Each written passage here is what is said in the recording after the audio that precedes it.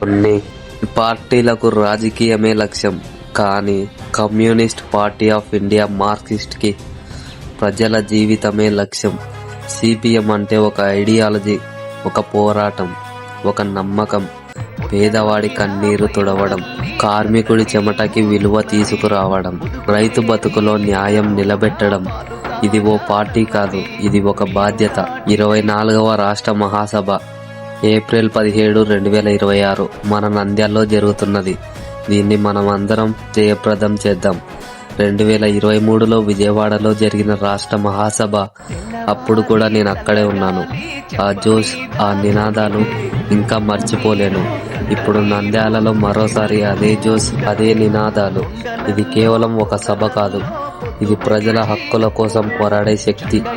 అధికారం కోసం కాదు, సమానత్వం కోసం పోరాటం.